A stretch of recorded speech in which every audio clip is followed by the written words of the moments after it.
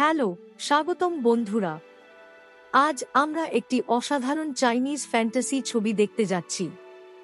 সময় নষ্ট না করে চলুন সিনেমাটিতে ডুব দেই এবং আমাদের চ্যানেলকে সমর্থন করতে এবং আমাদের অনুপ্রাণিত করতে লাইক বোতামটি টিপুন।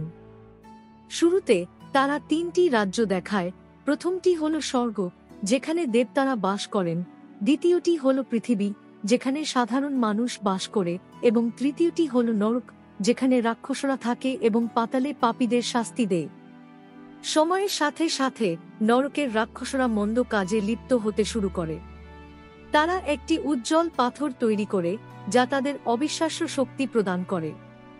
রাক্ষসরা পৃথিবীতে আসে, মানুষকে হত্যা করে এবং তাদের আত্মা চুরি করে পাথরের মধ্যে আটকে রাখে। পাথরের শক্তির কারণে নরকের রাজা তিনটি জগৎ, স্বর্গ, পৃথিবী এবং নরক দখল করার এবং তাদের উপর শাসন করার পরিকল্পনা করে।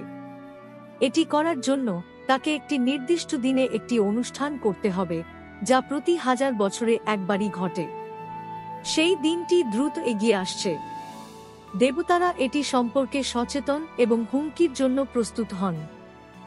দেবতা মিংতাও নামে একজন সেনাপতিকে ডেকে বলেন যে রাক্ষসরা যে দিনের জন্য অপেক্ষা করছিল তা নিকটবর্তী।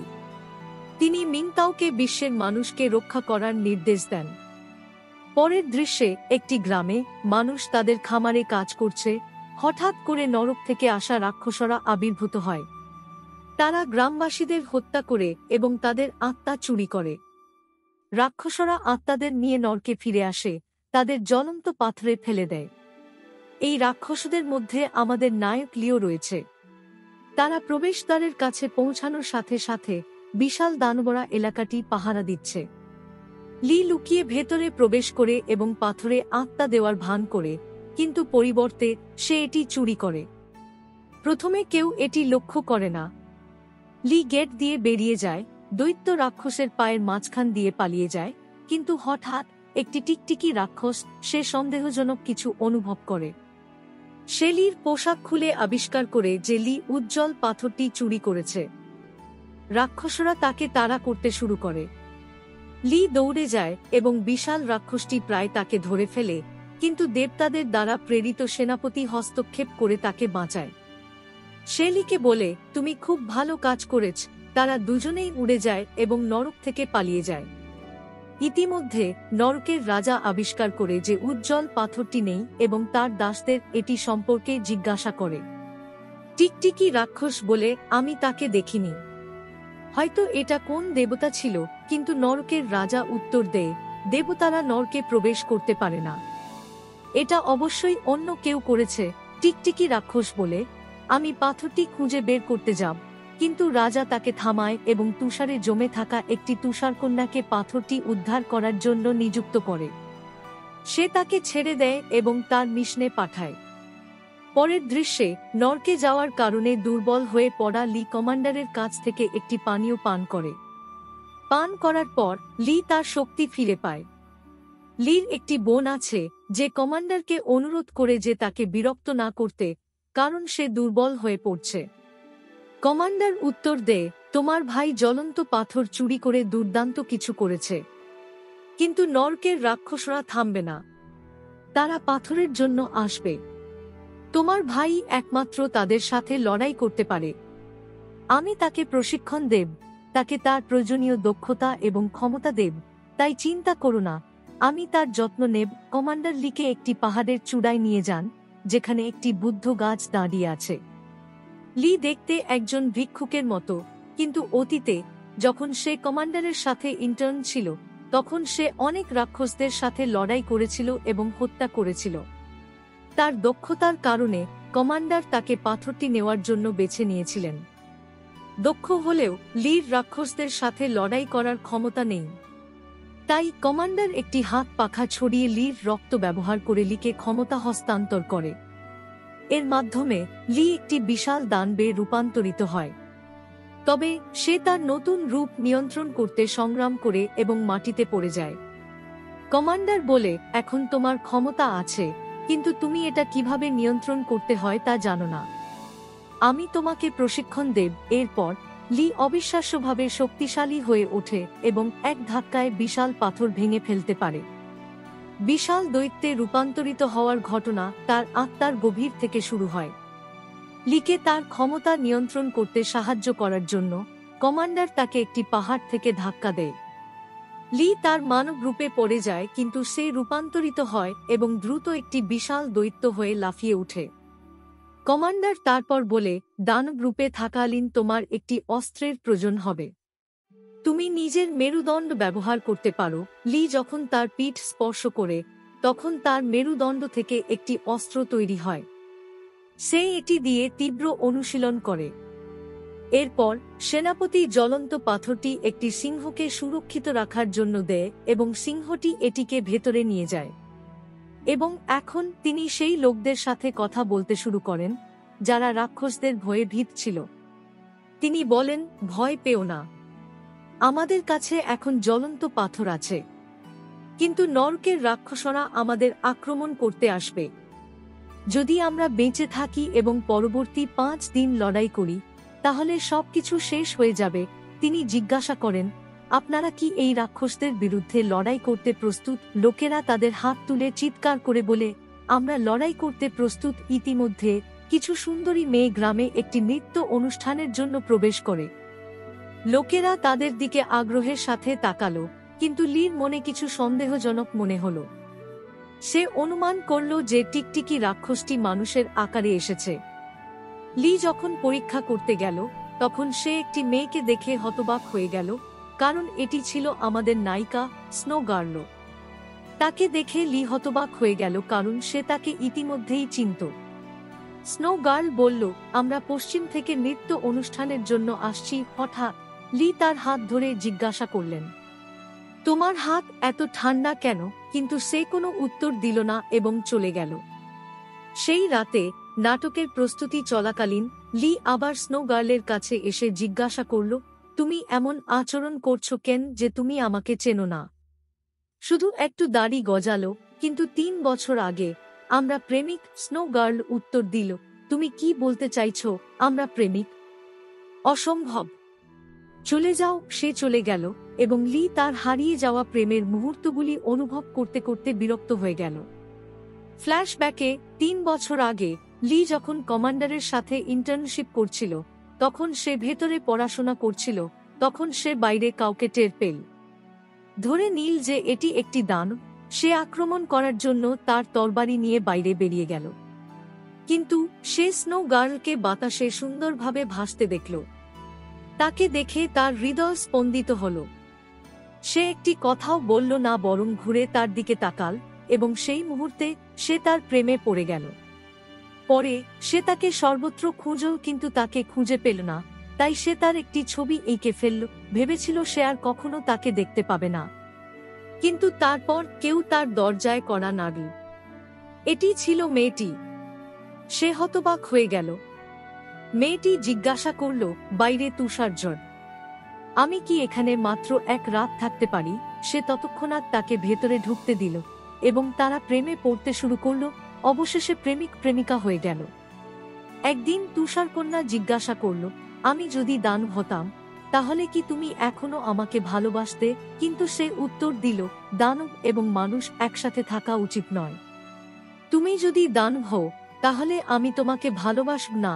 হৃদয় ভেঙে তুষারকন্যা তার তুষারকন্যা রূপ ধারণ করে পালিয়ে যায় এবং তাকে আর কখনো দেখতে না পাওয়ার সিদ্ধান্ত নেয়। এই কারণে সে নরকে ফিরে আসে এবং তুষারে নিজেকে জমে যায়। এখন বর্তমান স্নো গার্লের সাথে আসা মেয়েরা তাদের নাচ দিয়ে গ্রামবাসীদের আকৃষ্ট করতে শুরু করে। ইতিমধ্যে লি স্নো গার্লের তাঁবুতে গেল। সেও অজান্তেই তাকে আকৃষ্ট করে। সেই মুহূর্তে লি লক্ষ্য করল যে তার চোখ থেকে একটি তুষার সূঁচ বেরিয়ে আসছে। সে দ্রুত তার ঘাড়ে তার আঙুল রাখল, তাকে জায়গায় স্থির করে দিল। এখন সে বুঝতে পারল যে রাক্ষসরা পাথরটি নিতে এসেছে। সে সিংহের মন্দিরে ছুটে গেল এবং তার বাক্স থেকে পাথরটি তুলে নিল। ইতিমধ্যে একটি বিশাল দৈত্য পাথরটি নিতে প্রবেশ করল, কিন্তু সিংহটি ইতিমধ্যেই পাথরটিকে রক্ষা করার জন্য সেখানে ছিল। সিংহটি প্রচণ্ডভাবে দৈত্যটিকে আক্রমণ করেছিল এবং আজও চীনের লোকেরা তাদের পৌরাণিক কাহিনীতে এই সিংহকে দেবতা হিসেবে পূজা করে। জ্ঞান ফিরে পাওয়ার পর স্নো গার্ল মন্দিরে এসে পৌঁছায়। লি তার রাক্ষস রূপ ধারণ করে এবং সে ঘটনাস্থলে উপস্থিত হয়। পাথরটি দৈত্যের সাথে রয়েছে বুঝতে পেরে স্নো গার্লও তার সাথে লড়াই করতে শুরু করে। তারা তাদের দান রূপে একে অপরকে চিনতে পারেনি এবং তীব্র লড়াই করেছিল। তাদের শক্তি সমান বলে মনে হয়েছিল। এক পর্যায়ে স্নো গার্ল লিকে বরফ করে মেরে ফেলতে যাচ্ছিল, কিন্তু হঠাৎ টিকটিকি রাক্ষসটি উপস্থিত হল। সে ধরে নীল পাথরটি বাক্সের মধ্যে আছে এবং সে তা নিয়ে গেল। অন্যদিকে লি, সে তার পূর্ণ দান গ্রুপটি প্রকাশ করল। সে আগুন ছড়িয়ে দিচ্ছিল। স্নো গার্ল তাপ সহ্য করতে না পেরে পালিয়ে গেল। পরে লি তার মানব রূপে ফিরে গেল, হাসল যখন সে দেখল যে তারা কেবল বাক্সটিই নিয়ে গেছে। বোকা, সে বিটবিট করে বলল। স্নো গার্ল টিকটিকি রাক্ষসকে অবিলম্বে বাক্সটি নরকে নিয়ে যেতে নির্দেশ দিল। তারপর তার তাঁবুতে ফিরে গেল এবং একই অবস্থানে হিমায়িত হওয়ার ভান করল। লি তাঁবুতে এসে তাকে ছেড়ে দিল। সে তাকে হত্যা করতে যাচ্ছিল, কিন্তু তার প্রেম তাকে থামিয়ে দিল। নরকে টিকটিকি রাক্ষস সে নরকের রাজার সামনে বাক্সটি রাখল। তারা অবাক হয়ে গেল যে বাক্সের ভিতরে কেবল একটি সাধারণ পাথর ছিল। হতাশ হয়ে রাজা তাদের দিকে চিৎকার করে বললেন, যদি তোমরা পাথরটি ফিরিয়ে না দাও, তোমরা সবাই মারা যাবে। লি পাথরটি তার সেনাপতিকে দিলেন, যিনি লির প্রচেষ্টার প্রশংসা করে বললেন, দানগড়া পাথরটি নিতে এসেছিল, কিন্তু লি এটিকে রক্ষা করেছিলেন। সেনাপতি নৃত্যরত মেয়েদের আসল রাক্ষস রূপগুলিও প্রকাশ করলেন এবং তারা তাদের হত্যা করতে যাচ্ছিল। হঠাৎ তুষারকন্যা জনতার মধ্য থেকে উপস্থিত হয়ে সেনাপতিকে আক্রমণ করার জন্য তার দানব রূপে রূপান্তরিত হল। কিন্তু সেনাপতি এত শক্তিশালী ছিলেন যে তিনি সহজেই তাকে পরাজিত করেছিলেন। তিনি লির দিকে ফিরে বললেন, ওকে হত্যা করুন। লি তার তরবারিটি তুলে নিলেন, কিন্তু আবারও তার প্রেম তাকে থামিয়ে দিলেন এবং তিনি চিৎকার করে অনুরোধ করলেন, আমি তাকে হত্যা করতে পারব না, শুধু তাকে ছেড়ে দিন। সেনাপতি শুনতে না পেরে তাকে হত্যা করার জন্য একটি ছুরি ছুঁড়ে মারলেন। লি হস্তক্ষেপ করলেন এবং ছুরিটি তাকে ছুরিকাঘাত করল। ইতিমধ্যে নরকের রাজা তার পূর্ণ সেনাবাহিনী নিয়ে ঘটনাস্থলে উপস্থিত হলেন, যা বিশাল এবং শক্তিশালী বলে মনে হয়েছিল। যুদ্ধ শুরু হল। রাক্ষসরা প্রাঙ্গণের দেয়াল পেরিয়ে মন্দিরে প্রবেশ করল। মন্দির রক্ষাকারী সিংহটি নরকের রাজার সাথে যুদ্ধ করল, কিন্তু রাজা এত শক্তিশালী ছিলেন যে তিনি সিংহকে পরাজিত করে একপাশে ছুঁড়ে ফেললেন। এটি দেখে সেনাপতি রাজাকে যুদ্ধে জড়িয়ে দিলেন, কিন্তু তার শক্তি দানব রাজাকে থামানোর জন্য যথেষ্ট ছিল না, তাই সে লির ক্ষতস্থানে ছুরিটি ঘুরিয়ে দিল। এর ফলে লি তার দানব রূপে রূপান্তরিত হয় এবং সেনাপতি লিকে আরও ক্ষমতা দেন। তারা আবার লড়াই শুরু করে। যুদ্ধের সময় লি দানব রাজার একটি সাপের মাথা কেটে ফেলতে সক্ষম হয়। এরপর লি জলে ঝাঁপিয়ে পড়ে এবং দানব রাজা তার পিছু নেয়। তারা পানির নিচে যুদ্ধ করে, কিন্তু দানব রাজা সত্যিই শক্তিশালী ছিল। সে লিকে আক্রমণ করে তাকে অজ্ঞান করে দেয়। সে লিকে ধরে ফেলে এবং সাঁতার কেটে ভূপৃষ্ঠে উঠতে যাচ্ছিল। ইতিমধ্যে লি জেগে ওঠে এবং তার সমস্ত শক্তি ব্যবহার করে দানব রাজাকে তীরে ছুঁড়ে ফেলে। যখন দানব রাজা উঠে দাঁড়ায়, তখন সে লক্ষ্য করে যে তার একটি হাত নেই, লি কেটে ফেলেছিল। দানব রাজা দুর্বল হয়ে পড়ে এবং পাল্টা লড়াই করতে অক্ষম হয়ে পড়ে, তাই সে নরকে ফিরে যায়। সেনাপতি লিকে তাকে হত্যা করার নির্দেশ দেন, কিন্তু লি অন্যরকম কিছু অনুভব করেন এবং দানব রাজাকে ছেড়ে দেন। লি তার মানব রূপে ফিরে আসার পর সেনাপতি তাকে চিৎকার করে বলেন যে তিনি দানব রাজাকে হত্যা করার সেরা সুযোগটি হাতছাড়া করেছেন। তিনি লিকে সতর্ক করেন, তাকে আবার একই ভুল না করতে বলেন এবং তাকে তুষার রাক্ষসকে হত্যা করার নির্দেশ দেন অদৃশ্য হওয়ার আগে। পরে লি তার তরবারি নিয়ে ভূগর্ভস্থ কারাগারে পৌঁছান। তুষার মেয়েটির হাত ও পা লোহার শিকল দিয়ে বাঁধা এবং তাকে নির্যাতন করা হচ্ছে। আমরা আশা করেছিলাম যে লি তাকে হত্যা করবে, কিন্তু পরিবর্তে সে তাকে ছেড়ে দেয় এবং তাকে নিরাপদে নিয়ে যায়। ইতিমধ্যে সেনাপতি একটি উজ্জ্বল পাথর খোলেন এবং তিনি যখন করেন তখন লি একটি অদ্ভুত ব্যথা অনুভব করেন, শ্বাস নিতে কষ্ট হয়। তিনি একটি জম্বির মতো হয়ে যান, তুষার মেয়েটিকে আক্রমণ করেন। কিন্তু হঠাৎ একটি টিকটিকি রাক্ষস তার লেজ দিয়ে তাকে আক্রমণ করে এবং তাকে দূরে ছুঁড়ে ফেলে দেন। তুষার মেয়েটি টিকটিকি রাক্ষসকে থামতে বলে এবং টিকটিকি রাক্ষস ব্যাখ্যা করে যে সেলিকে সাহায্য করতে এসেছিল। সে তাকে একটি ওষুধ দেয় এবং বলে যে এটি কমান্ডার তাকে যে ধরনের ওষুধ দিয়েছিল। বিশ্বাসের সাথে লি এটি পান করে। তারপর সে একটি আশ্চর্যজনক সত্য প্রকাশ করে, লি মানুষ নয়, সে নরকের। যদি সে তার অতীত সম্পর্কে আরও জানতে চায় তাহলে সে তার সাথে নরকের রাজার সাথে দেখা করতে আসতে পারে। বিস্মিত হয়ে লি তার আসল পরিচয় সম্পর্কে এখনো অজ্ঞ তার বাড়িতে ফিরে আসে। সে তার বোন এবং একজন ডাক্তারের সাথে দেখা করে যিনি তাকে পরীক্ষা করেন। সবাই অবাক হয়ে যায় যে লির কোনো নাড়ি বা হৃদস্পন্দন নেই, সে একজন রাক্ষস। একটি ফ্ল্যাশব্যাকে লি তার অতীতের কথা স্মরণ করে সে এমন একটি গ্রামে জন্মগ্রহণ এবং বেড়ে ওঠা যেখানে ঘুষের কারণে কেবল ধনী ছাত্ররাই সরকারি চাকরির পরীক্ষায় যোগ দিতে পারত। দরিদ্র হওয়া সত্ত্বেও লি বুদ্ধিমান ছিল, কিন্তু তাকে নির্বাচিত করা হয়নি। পরিবর্তে তারা ধনী ছাত্রদের বেছে নিয়েছিল। এই অন্যায় সহ্য করতে না পেরে লি সরকারি কর্মকর্তাদের মধ্যে ঘুষ এবং দুর্নীতি প্রকাশ করে। ফলস্বরূপ সরকারের বিরোধিতা করার জন্য তাকে মিথ্যা অভিযোগে অভিযুক্ত করা হয়েছিল এবং গ্রেপ্তার করা হয়েছিল। লি তা সহ্য করতে পারেনি, তাই সে পাথরে মাথা আঘাত করে মারা যায়। তার আত্মা তার শরীর ছেড়ে চলে যায় এবং এখন সে সবকিছু মনে রাখে। সত্য জানার পর লির খুব খারাপ লাগে। তারপর সে স্নো ড্যামনের দেওয়া ওষুধটি পান করে, যা তার স্বাভাবিক অবস্থা পুনরুদ্ধার করে। লি বলে, এখন আমার জানা দরকার আমার মৃত্যুর পর আমার কি হয়েছিল। আমাকে নরকে যেতে হবে এবং নরকের রাজার সাথে দেখা করতে হবে। তারা একসাথে নরকে প্রবেশ করে, যেখানে নরকের রাজা স্নো ড্যামনকে লিকে ভালোবেসে নরকের সাথে বিশ্বাসঘাতকতা করার জন্য শাস্তি দেন। লি এতে ক্ষুব্ধ হন এবং নিজের সম্পর্কে সত্য জানতে চান। নরকের রাজা তখন একটি মর্মান্তিক মোড় প্রকাশ করেন। লির মৃত্যুর পর তার আত্মাকে নরকে নিয়ে যাওয়া হয়। কমান্ডার লির আত্মা দাবি করেন এবং লির শরীরে ফিরিয়ে দেন, যার ফলে তাকে বিশ্বাস করান যে তিনি এখনও বেঁচে আছেন। কমান্ডার লির স্মৃতি মুছে ফেলেন এবং তাকে উজ্জ্বল পাথরটি উদ্ধার করার প্রশিক্ষণ দেন। নরকের রাজা ব্যাখ্যা করেন যে সাধারণ মানুষ বা দেবতারা নরকে প্রবেশ করতে পারে না, কিন্তু লি ঈশ্বর বা মানুষ ছিলেন না, তিনি নরকের বাসিন্দা ছিলেন। এই কারণেই আপনি সহজেই নরকে প্রবেশ করেছিলেন এবং উজ্জ্বল পাথরটি চুরি করেছিলেন। লি বিশ্বাস করতে পারছেন না।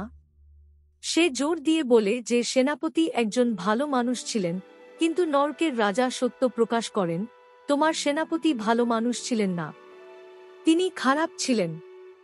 হতাশ হয়ে লি নরকের রাজাকে আক্রমণ করে। হঠাৎ করেই এক বিরাট বিস্ফোরণ ঘটে। নরকের রাজা আরও বলেন, মানুষের আত্মা চুরি করে জ্বলন্ত পাথরে শক্তি প্রয়োগ করা ছিল সেনাপতির পরিকল্পনার অংশ।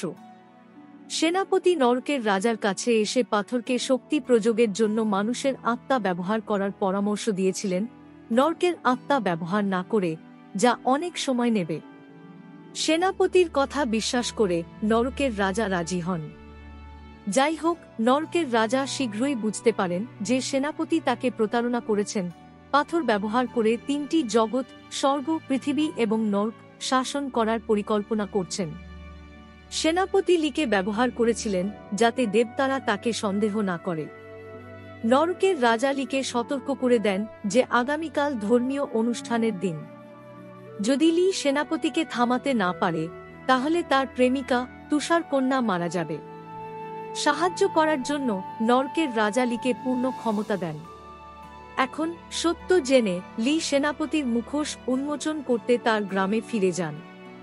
তিনি সেনাপতির বিশ্বাসঘাতকতা সম্পর্কে সবাইকে বলেন, কিভাবে তিনি 3 জগতের দেবতা হওয়ার জন্য আত্মা চুরি করেছিলেন। কিন্তু গ্রামবাসীরা তাকে বিশ্বাস করতে অস্বীকার করে। সেনাপতি আমাদের দেবতা, তারা চিৎকার করে। হঠাৎ সেনাপতি আবির্ভূত হন এবং গ্রামবাসীরা তার সামনে মাথা নত করে। কিন্তু লি মাথা নত করেন না। তিনি সেনাপতিকে চিৎকার করে বলেন যে তিনিই তাদের আত্মা চুরি করেছেন। গ্রামবাসীরা লিকে উপেক্ষা করে, তাই তিনি সেনাপতিকে আক্রমণ করার চেষ্টা করেন। সেনাপতি অদৃশ্য হয়ে যায় এবং লিকে আক্রমণ করে। গ্রামবাসীরা লির উপর আক্রমণ করে এবং তাকে আক্রমণ করে। হতাশায় লি তার দানব রূপে রূপান্তরিত হয় এবং চিৎকার করে বলে, ওকে বিশ্বাস করো না। কমান্ডার তার সৈন্যদের নিয়ে লিকে আক্রমণ করে, কিন্তু স্নো গার্ল ঠিক সময়ে তুষার ঝড় তৈরি করে লিকে নিরাপদে নিয়ে যাওয়ার জন্য আসে। যাই হোক, লির রাগ বাড়তে থাকে। তার ক্রোধ এত তীব্র হয়ে ওঠে যে সমুদ্র ভেঙে পড়ে। স্নো গার্ল তাকে শান্ত করার চেষ্টা করে, কিন্তু সে সমুদ্রের ওপারে দৌড়ে যায়। স্নো গার্ল তাকে থামানোর জন্য জল বরফ করে দেয়, কিন্তু লি থামে না। সেই মুহূর্তে তার চোখের জলের এক ফোঁটা লির চোখে পড়ে। সঙ্গে সঙ্গে লি শান্ত হয়ে যায় এবং সে তার কোলে লুটিয়ে পড়ে, ঘুমিয়ে পড়ে। লি যখন জেগে ওঠে, তখন স্নো গার্ল চলে যায়। সে জানে সে কমান্ডারের মুখোমুখি হবে। এদিকে কমান্ডার তার সংগৃহীত আত্মাদের ব্যবহার করে আরও শক্তিশালী হয়ে ওঠার জন্য এবং 3টি জগৎ দখল করার জন্য একটি আচার অনুষ্ঠান সম্পাদন করে। স্নো গার্ল এসে তার ক্ষমতা ব্যবহার করে এই আচার বন্ধ করে, কিন্তু কমান্ডার প্রতিশোধ নেয়। তারা প্রচণ্ড লড়াই করে এবং এক পর্যায়ে স্নো গার্লটি উজ্জ্বল পাথরটি আকাশে ছুঁড়ে মারে। সে যখন এটি ধরার চেষ্টা করে, তখন কমান্ডার তাকে একটি জাদুকরী ত্রিভুজ ঢালে আটকে দেয়। সে মুক্ত হওয়ার জন্য লড়াই করে, কিন্তু কমান্ডার আরেকটি মন্ত্র প্রয়োগ করে তাকে ঢালের ভিতরে জমাট বাঁধে। লি সে গ্রামে পৌঁছায়, কিন্তু গ্রামবাসীরা তাকে থামানোর চেষ্টা করে। তার দানবীয় রূপে সে সৈন্যদের উপর বিস্ফোরণ ঘটায় এবং গ্রামে প্রবেশ করে। যখন সে তার প্রেমিকাকে আটকা পড়তে দেখে, তার রাগ জ্বলে ওঠে। আমার প্রেমিকাকে বন্দী করার সাহস কিভাবে হয়, সে চিৎকার করে। লি আবার তার দানবীয় রূপ ধারণ করে এবং কমান্ডারকে নির্দয়ভাবে মার ধরে, যেমন কাপড় ধোয়া। কমান্ডার লির ক্রোধ সামলাতে না পেরে একটি জাদুকরী ত্রিভুজ দিয়ে নিজেকে রক্ষা করার জন্য একটি মন্ত্র প্রয়োগ করে। লি এটি ভাঙার চেষ্টা করে এবং কমান্ডার বিশ্বাস করে যে সে এটি ভাঙতে পারবে না। কিন্তু তার প্রেমিকা মেয়ের স্মৃতি তার হৃদয়ে থাকায় লি তার পূর্ণ শক্তি দিয়ে ঢালটি ভেঙে ফেলে। সে এটিকে টুকরো টুকরো করে ফেলে এবং তার অস্ত্র ব্যবহার করে কমান্ডারের দেহকে 2 টুকরো করে কেটে ফেলে। কমান্ডার মারা যাওয়ার সাথে সাথে স্নো গার্লটি জাদুকরী ঢাল থেকে মুক্ত হয়। সে লির বাহুতে পড়ে যায়, কিন্তু অনেক দেরি হয়ে যায়, সে মারা যাচ্ছে। মৃত্যুর আগে সে তাকে জিজ্ঞাসা করে, তুমি কি এখনো আমাকে ভালোবাসবে যদিও আমি একজন রাক্ষস? লি সে যন্ত্রণায় চিৎকার করে, কিন্তু স্নো গার্লটি অদৃশ্য হয়ে যাওয়ার সাথে সাথে তার হৃদয় ভেঙে যায়। তারপর উজ্জ্বল পাথরটি লির হাতে ফিরে আসে এবং সমস্ত চুরি করা আত্মা মুক্তি পায় এবং তাদের প্রকৃত মালিকদের কাছে ফিরে আসে। গ্রামবাসীরা এটি দেখে লিকে দেবতা হিসেবে পূজা করতে শুরু করে। কিন্তু লি কেবল তার হারানো ভালোবাসার কথা ভাবে। ঈশ্বর লির কাছে আসেন এবং তাকে স্বর্গে একটি শান্তিপূর্ণ জীবন প্রদান করেন। কিন্তু লি তা প্রত্যাখ্যান করেন। আমি স্বর্গে শান্তি চাই না, আমার জায়গা নরকে, সে বলে এবং সে নরকের পাতালে পড়ে যায়। আর এখানেই গল্পের শেষ। আশা করি তোমরা সবাই উপভোগ করেছ। দেখার জন্য ধন্যবাদ।